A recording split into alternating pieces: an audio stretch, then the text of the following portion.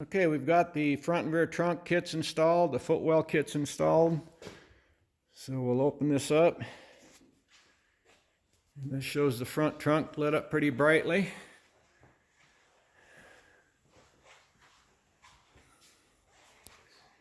And we'll walk around, open up the door and show the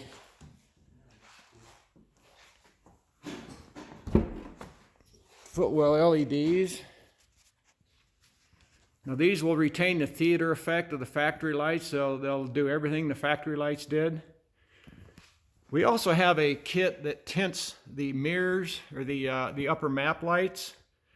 So it kind of, see how it kind of washes out the color in the seats here. You can actually tint the map lights up here to the color of the interior. It will diminish some of your map light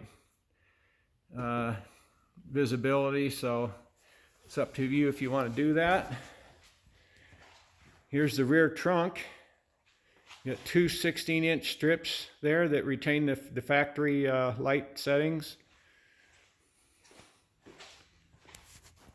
It gives you good light in the trunk even without the white lights of the factory. And we'll come around to the driver's side. And they really throw a lot of light out, a lot better than the factory little LED that they have back there.